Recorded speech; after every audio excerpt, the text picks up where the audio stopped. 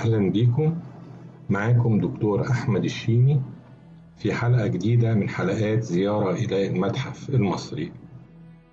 أحاول من خلال هذه الحلقات أن أنقل للجيل الحالي ما كتبه أجدادنا المصريين القدماء على التماثيل والجداريات عن حياتهم اليومية وما تتضمنه من عادات وعقائد وأفكار ومبادئ. هذه الحلقة هي الحلقة رقم 16، وفي هذه الحلقة سوف أنقل إلى السادة المشاهدين لوحة الموظف كارس في القصر الملكي في فترة من فترات حكم الأسرة 18، ومن خلال هذه اللوحة سوف ندرك التقدير المتبادل بين العائلة الملكية وكبار الموظفين في القصر الملكي، كما أن هذه اللوحة تكشف لنا عن تقاليد العمل في القصور الملكية وما هي مؤهلات العمل بها قبل 3500 عام، وكيف كان المواطن المصري يصل صوته إلى القصر الملكي. هنا على أرض مصر كتب التاريخ وتعلم العالم منها كيف تبنى الأمم. فهيا بنا نتعرف على لوحة كارس. لوحة كارس هي مسجلة في المتحف المصري تحت رقم 34003. كارس كان موظف في القصر الملكي، وذلك في عهد الملك أمنحتب الأول، وكان مديرا للأملاك جدته أعحتب، وكانت الملكة أعحتب زوجة الملك سقن را، وهي أم الملك كاموس والملك أحمس.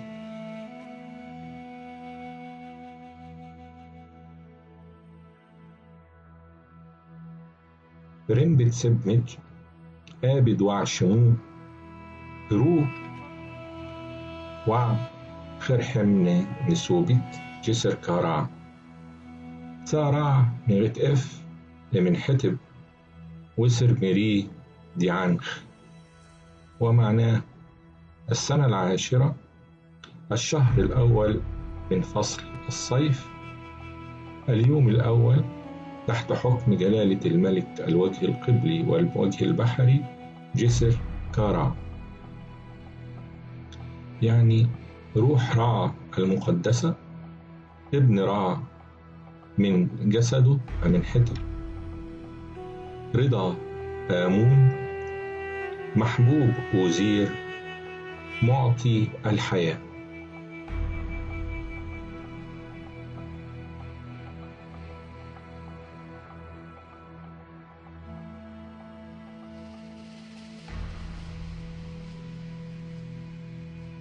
موت نسو وجت نئيري بعد حاتي عاه ختمو بتي سمر وعتي إمي روبروي نبو إمي ريبروي حج إمي ريبر ورني إخت موت نسو، ومعناه أمر الأم الملكية إلى الأمير الوراثي وحامل ختم الوجه البحري والمقرب من العائلة الملكية وناظر خزانتي الذهب الوجه القبلي والوجه البحري وناظر خزانتي الفضة الوجه القبلي والوجه البحري وكبير مديري أملاك الأم الملكية. إحتب عن ختي وحمو كارس ووجن موت نسو ردت إيرتو إن إك مع حت، ومعناه مدير أملاك إحتب يعني القمر راضي، الحاجب كارس. لقد أمرت الأم الملكية ضمان عمل ضريح لك. ريري دو نترعاه نب بجدو سمن يا وتوئك نبت حستو نب إيري نك، ومعناه ضريح لك عند سلالم الإله العظيم سيد أبيدوس العرابة المدفونة، وإن يتم تدوين كل وظائفك وكل الإنعامات التي حصلت عليها. غنتي فدوئك من إمحوت إم شمسو سن إم سش، ومعناه تماثيلك الأربعة ستبقى في المعبد ضمن الذين يتبعون. هنا النص مفقود في هذا الجزء من السطر الخامس، وبالرجوع إلى ما ذكره سليم حسن في موسوعته نجد أن النص المفقود هو الإله العظيم، أي لأجل أن يشترك في أعياد الآلهة وأن يوقف لها أي التماثيل قربان من اللحم وتعظم وتثبت قربانها كتابة.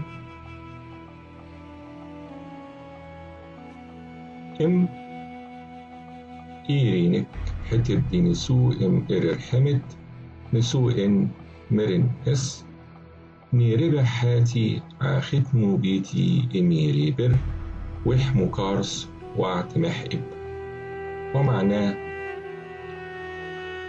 نص مفقود في الأول، وبعدين والذي يقدم لك قربان ملكي مثل الذي أحبته الزوجة الملكية للأمير الوراثي حامل ختم الوجه البحري مدير الأعمال الحاجب كارس المفضل عند الأم الملكية.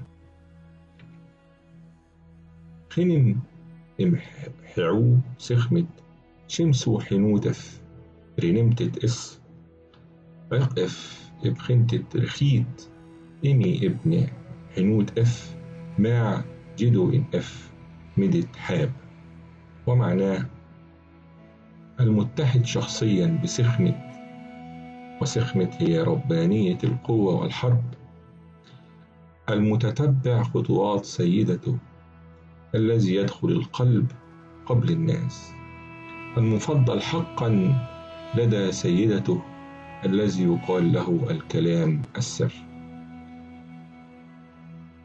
مدت حاب نيكا امسخرو حنوتف سار مدت ريغن أح جم، ومعناه من يقال له الكلام السر، ومن يستشار في خطط سيدته، ومن يرفع الرسائل إلى داخل القصر، ومن يجد الكلام. جمي تس سنجم كسنو أحعو حنوتف حرمدو إف لكن مع رخرت إب جمي جد خير حنوتف، ومعناه من يجد الكلام أي يجد حلا للمشاكل ويسهل الصعاب، وتقف سيدته على حديثه أي تعتمد سيدته على حديثه المقرب بالفعل، ويعرف رغبات سيدته ويجد ما يقال. ور سنج إمبر موت نسو دنس مهوت من خجت حابغت حر سشم عيح، ومعناه المهاب كثيرا في بيت أم الملك رزين الكلام حسن القول الذي يظل صامتا عن أحوال القصر. ختم سجمة إف سروحة تست إميري ورك كارس خرب رستب موت نسو، ومعناه الذي يغلق الفم على مسامعه، الموظف الذي يحل الصعاب، الحاجب كارس المسؤول اليقظ عن أعمال أم.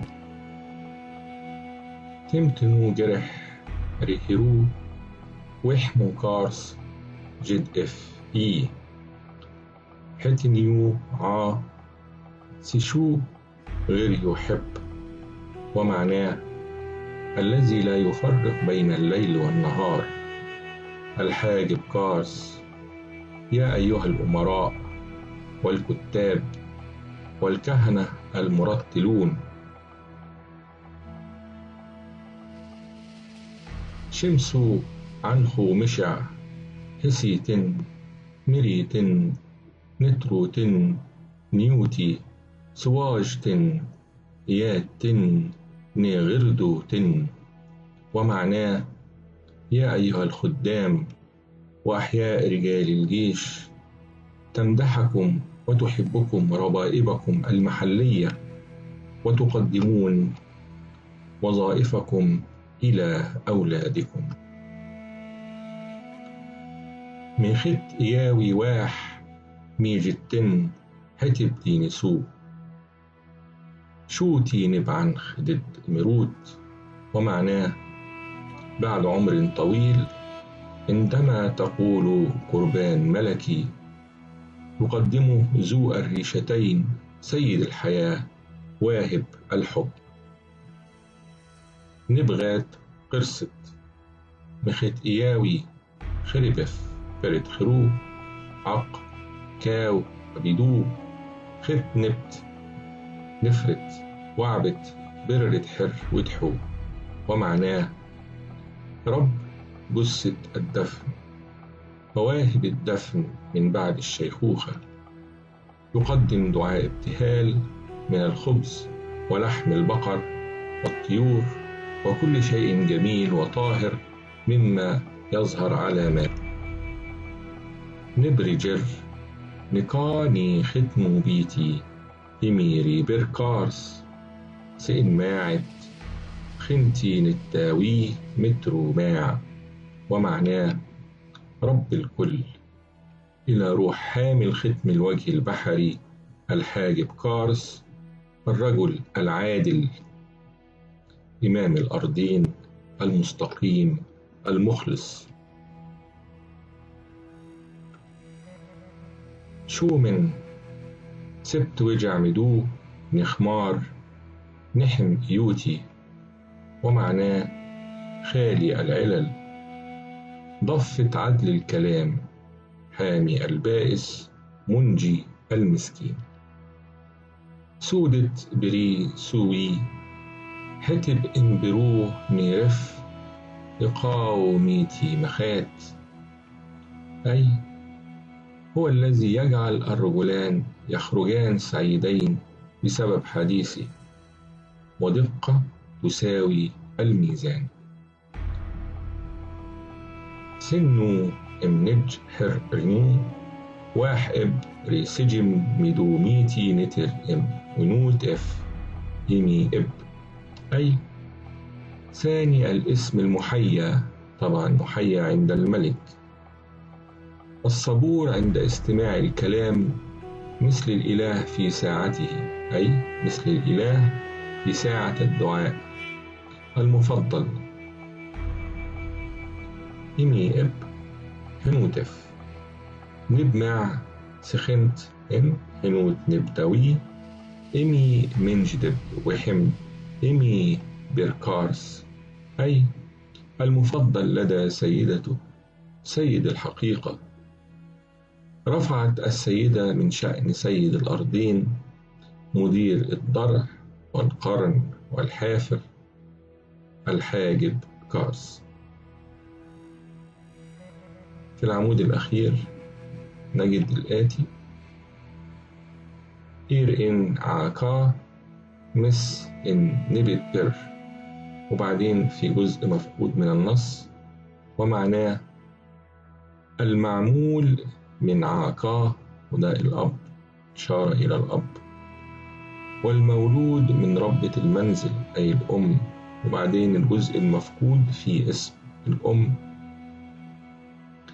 وديت كانت آخر الحلقة بتاعت النهاردة، ونشوفكم في حلقات قادمة من زيارة إلى المتحف المصري. إلى اللقاء.